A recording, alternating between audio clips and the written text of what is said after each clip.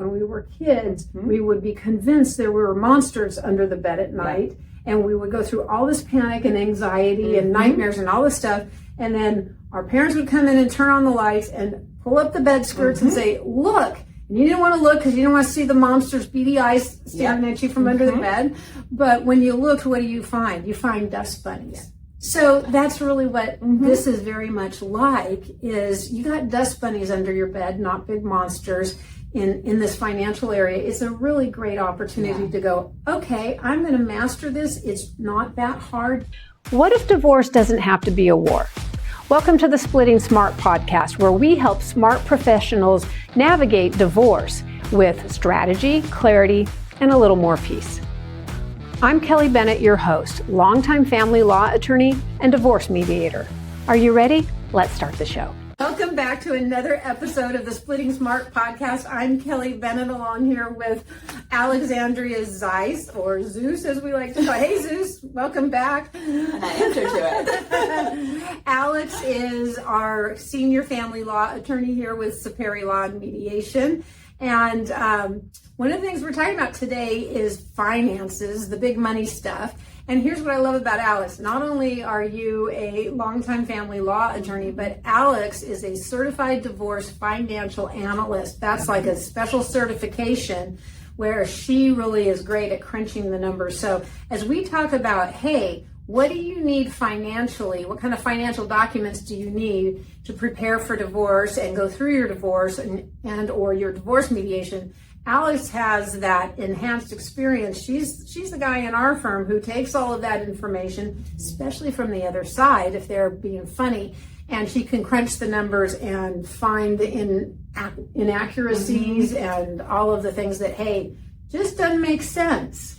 And it's your life. So if you don't understand hedge funds, that's normal. We all understand that is completely normal. So, but you shouldn't be afraid of asking about them. So I really recommend that if you are not savvy in finance, you need to find an accountant, find a lawyer, find someone that you feel comfortable asking questions to, because I get it all the time. Like, I'm sorry, I know that this is a very stupid question, and they're not.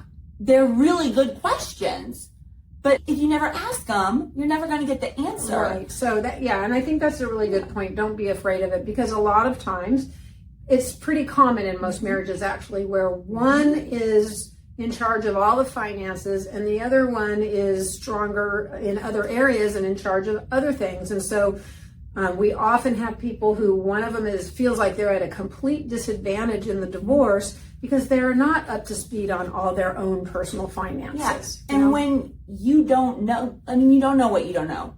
But at the same time, you can't just sit back and expect the other party. And you're in a lawsuit. You're in the middle of, you can still be civil and not hostile, but they're not there to do it for you But anymore. They're not asking their financial advisor about what would be good for you in your portfolio based on what you want to do with your life next. True. And quite frankly, you got to know what's out there to know what you want or you don't want. Yeah. And better to do it during the divorce than, after you've already signed. Yeah. And we'll talk about this a little bit more in a second, but the bottom line is a lot of people panic over the idea of divorce, especially if you had not been intimately involved in your own finances. And you look at it, you can choose to be overwhelmed or say, this is an opportunity for me to really start figuring it out, because once you start paying attention to it, all of a sudden confidence comes. Yep. All of a sudden, it's I call them the monsters under the bed. The things that you fear the most kind of get reduced to nothing once you start to get the information. I actually talked about it in Victim Is Not Your Name, where people have all this fear, and we talk about it, the monsters under the bed. Like when we were kids, we would be convinced there were monsters under the bed at night, and we would go through all this panic and anxiety and nightmares and all this stuff, and then our parents would come in and turn on the lights and pull up the bed skirts and say, look. And you didn't want to look because you didn't want to see the monster's beady eyes staring at you from under the bed. But when you looked, what do you find? You find dust bunnies, right? Soccer too. And so that's really what this is very much like, is you got dust bunnies under your bed, not big monsters in this financial area. It's a really great opportunity to go, okay, I'm going to master this. It's not that hard. You don't have to have a certified divorce financial analyst credential. No, you don't. But I mean, I grew up in a family of artists. There were no savings. There were no investments. So if I can understand what's going on in, your personal estate, you can do it too. Yeah, for sure. So let's talk for a second about, so you decide you're going to go through a divorce, or you're being told by your spouse that they no longer want to continue in the marriage. So we're facing a divorce one way or the other. What are the financial documents that you need for a divorce? And you do need the financial documents. And you're gonna need them throughout the divorce. So you might as well just get ahead of it, because if you procrastinate, it's only gonna get worse. Yeah, that creates unnecessary stress. So in California, all parties, whether you're in a mediated divorce or in a court divorce where you're slugging it out down there in the trenches at the courthouse, California requires that each spouse complete what's called a schedule of assets and debts, as well as an income and expense declaration. So these two documents are really important, and you're required to do it at the beginning of your case, and then you're required to do it at the end of your case. Let's say the case is drug on for over a year. You're going to go to trial in a couple of years. So right before trial, if we've had all this space between the first set of documents and trial, then you have to update those. Those are called your final disclosures, and your initial ones at the beginning of the case are your preliminary disclosures. And they have a few other documents, but the main ones we're talking about is the income and expense declaration and the schedule of assets and debts. And really, they're just fancy different names for a balance sheet. So that's all the property items. And then a profit and loss, where it's the income and the expenses, it's the funds going in and out that looks at. So they're doing two different things. So that you need to have both to understand what property is, involved in the divorce, but also what are you living off of? What expenses are hanging out there that you've got to, be aware of and pay? Right. And so let's talk for a second about the schedule of assets and debts. So that is a form that starts off, tell us about all the assets that you have. You might have some inheritance. Maybe you bought a rental property with inheritance, and that you say, that's my separate property. Doesn't matter. You have to put it down there. So it's all income, or it's all assets, right, that that you have, that may have, that the other spouse has, and that that you have together. So you're disclosing all of the assets, your cars, your real estate, your jewelry, what's the other stuff on the list? All your bank accounts. You do not have to go through your house and itemize every piece of property. So let's we're not gonna put every knickknack, every candlestick on the forms. Yeah. So we're looking for all the assets. Then the second piece of that same form is, what are all the debts? So you list all your credit card debt, you list your loans, your home loan, your taxes, all of that. So we're looking for property, assets, and then debts. Why do we need all of that? Because when it's time to figure out how to divide your community estate, we need to know what the whole picture is. And it also gives us the ability to start to negotiate. So we will take all that information and we will put it into a computer program, and we'll say, if we give husband this asset, and then we give the wife this asset over here, and then maybe we give the husband all the debt and wife more assets, what our program's going to tell us is, well, how do we equalize this? If she's getting a lot more than he is, then she might owe him an equalizing payment. So we play around with it, and if it's something that doesn't work for us, right, or our client, then what we're going to do is we're going to say, okay, well, what if we give him more of this and her less of this? How do we equalize it? So your assets and your debts. That can be overwhelming because the forms require that you attach statements to all of these things. I mean, there's a lot of attachments that go on. So we have a little checklist that we use here in the firm for both our mediation clients and our court clients. And we give them this checklist, and what it does is it mirrors the form, right? It tells you, it's like, go start gathering your mortgage statements and the deeds and the titles to your cars, and we need the most recent bank statements for the savings account. Check it. Yeah. So it outlines the documents you need. So it's not just all the documents related to this asset. These are the specific documents that you either need to find, or you need to figure out how you can get them and who's got them. We say, how do you eat an elephant? One bite at a time. So you take the checklist and you just start going, today I'm going to devote an hour and see how far I get. Then I'm going to calendar another hour. And before you know it, you'll have it done. It's not a huge thing to do. You just do it in small bites. Yeah. So what we want to offer you is we are happy to provide you with this checklist, because it is so valuable, especially if you're not in the middle of a divorce right now and you're thinking about it.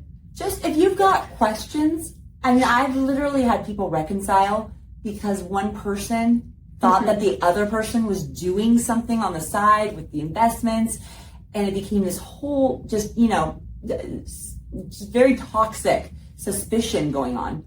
And then once they actually sat down and talked about it, that went away. So it didn't get to the point where they actually need to separate. So if you've got questions or you just want to know what there is, now's the time to start figuring it out. Yeah. And then you don't have to rush about it later. And you can take the time to ask. Yep.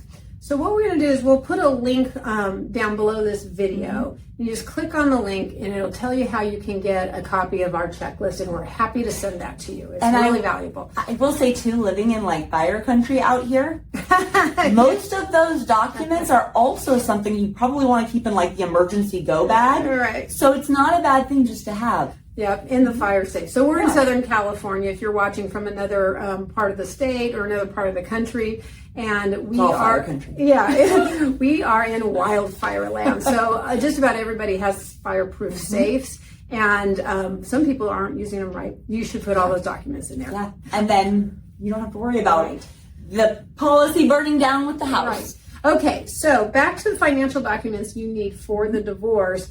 And then you're going to complete what's called an income and expense declaration. And that's like a little budget. And it's how much things cost on a monthly basis. Now, when it comes to disclosing all this in a divorce, Alex, how important is it to be completely financially transparent? I mean, I think it's good for you. I think it's good for them. If you start off with a number that you just came up with, it sounded right, and you haven't put any thought into it, well, now you've given the other side a number, and they're going to be fixated on that. And very rarely have you gone, so high or below that it would be in your best interest later to say, like, oh, no, I missed $5,000 worth of expenses. I can't pay my bills. Right. So you have to be truthful with yourself, but you got to be truthful with them, too. Well, and it's also your credibility, right? So right now we have a hotly contested court divorce case going on. And one of the spouses, she's given us her disclosures. And so what she's claiming is that she has no income. We know she has 3 businesses on the side and she collects cash. And what she puts on her schedule of assets and debts is no income, very little assets. But then on her debt section, she listed no less than 12 personal loans and just named all these random people on there. And they totaled about $1.3 million. So who has personal loans of $1.3 million and no income and no assets? Very hard to believe. And the kicker of this is you're supposed to attach copies of the loans and loan statements. Nothing. Nothing. Right? So you don't want to start off like that and start playing games with the finances. And oh, by the way, the law requires full financial transparency under the California Family Code. Yeah, so you have to get interested in this part of your life, because you can't kind of turn a blind eye to it and hope that it's all going to be fine, because if you are the reason that other person made a mistake later, they can hold it against you in the divorce. Yeah, so it's better to come clean right up front, especially with your lawyers, because we can't help people who don't help us help them. Right. So I mean, if you're telling us that you just need $5,000, we get you $5,000. and then that's not enough. And you need 15. Yeah, you're not going to go back to court next week. Right, It's it's rough. So let's talk for a second about mediation. How do these come into play in mediation? They are super important in mediation because you don't have lawyers on each side forcing you to produce all of this. What we do in mediation is you come in to us as the neutrals, and we have a whole prep system, and it includes getting the finance. So we help you with the financial disclosures for each side. They get them together, because then as the mediator, we take that information before your first mediation session. And again, we're putting in all the scenarios for division. We also ask you to make a proposal in your prep work to us on how you think the assets and debts should be divided. So we look at each side and we put it into our program, and we say, okay, well, wife thinks it should be divided this way. If we do that, then she's going to be owed a big equalization payment at the end, or vice versa. And husband thinks it should be divided this way. And are they close? How far off are they? And we start from there. But that makes sure that we're not leaving out anything in your settlement agreement. We've got to address it all. So one way or the other, those finances, they're king, they are required, but I want you to embrace them because they are absolutely a positive thing. Yep. All right, so let's talk about, even when you're not under the compulsion for mediation preparation or hiring a divorce lawyer and going to court, even if you're not there yet, what do we recommend you do with finances? Just not think about it? No.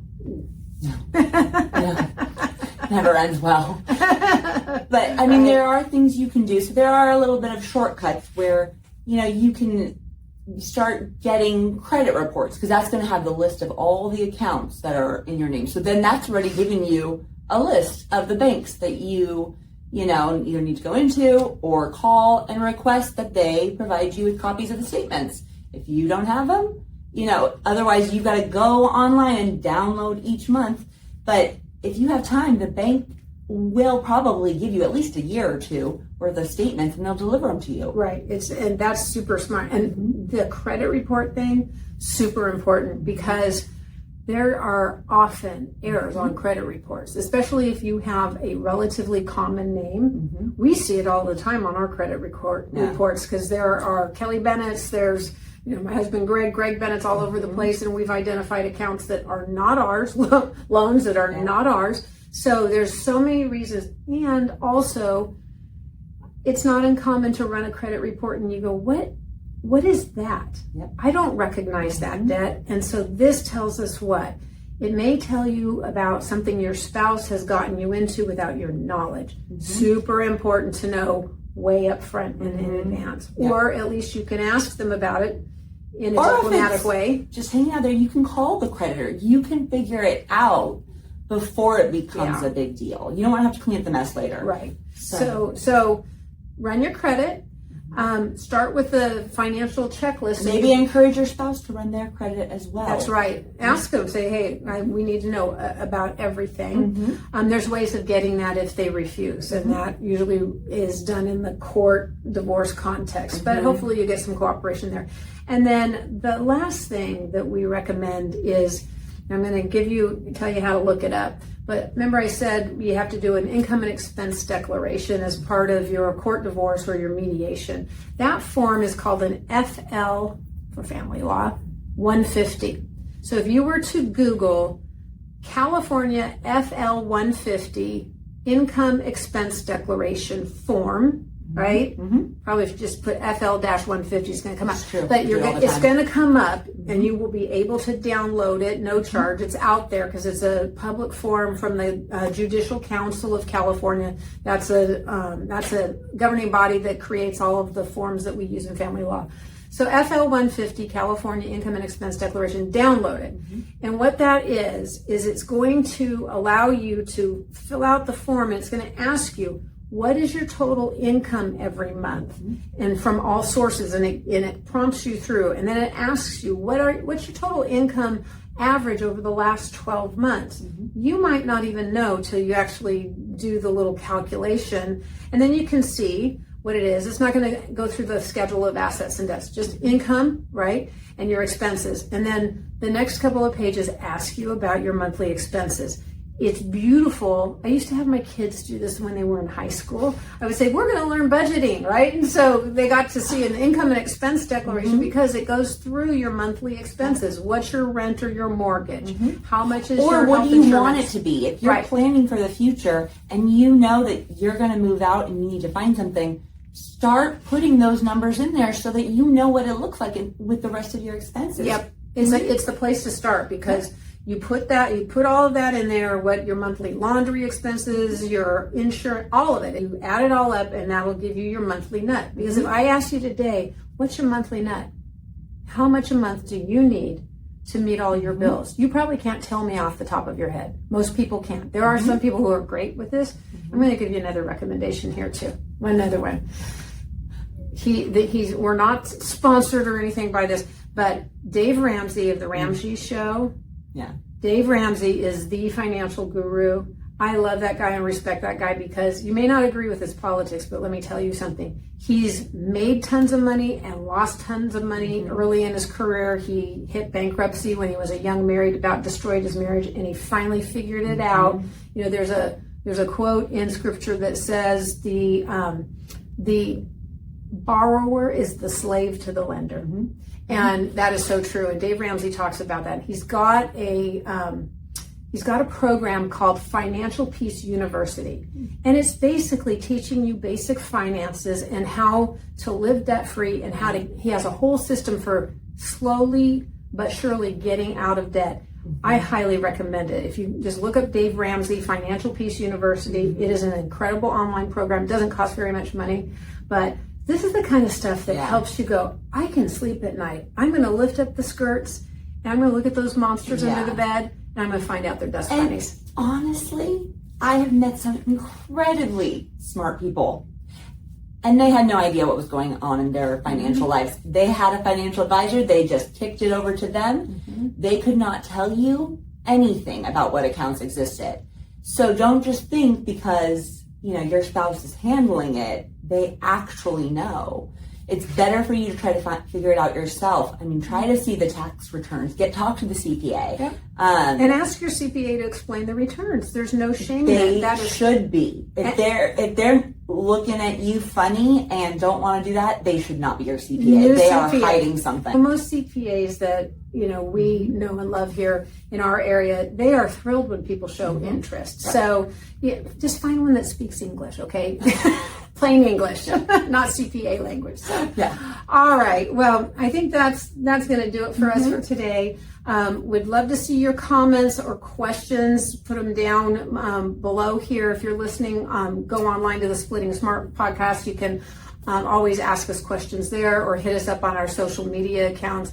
But what a pleasure to talk about this subject. I know it's a subject that a lot of people cringe over, but once you embrace it, man, it's empowering. Yeah, it really is. Because I mean, now you can plan for your future. No one ever sat me down and had me create a budget for myself or taught me about what my assets and what they were different. So this is kind of like your second chance at designing your life in the future. How do you want to do it? I love that. It really is about designing your life, and it's exciting. It's exciting. All right. Well, we'll see you next time on the Splitting Smart podcast. Bye-bye.